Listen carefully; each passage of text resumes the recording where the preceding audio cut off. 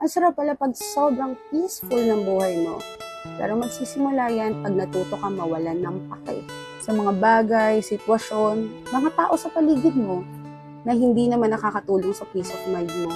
Yung dati apektado ka sa mga masasama o masasakit na salita na sinasabi sa'yo, yung mga negatibong opinion tungkol sa buhay mo, sa itsura mo, sa ugali mo, yun talagang dinidibdib mo. Yung talagang malaking impact sa'yo. Pero na-realize ko, bakit ako magpapa-apekto o bakit ko sisirain yung peace of mind ko sa mga taong wala naman ambag sa buhay ko? Simula na natuto akong mawalan ng pake at idistansya ko yung sarili ko sa mga taong negatibo, sa mga taong toxic.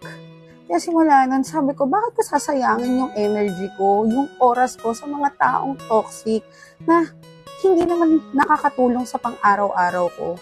Kaya ngayon, mas nag-focus ako sa goal ko, sa mga tunay kong kaibigan, sa pamilya ko, at sa mga taong totoong nagmamahal sa akin.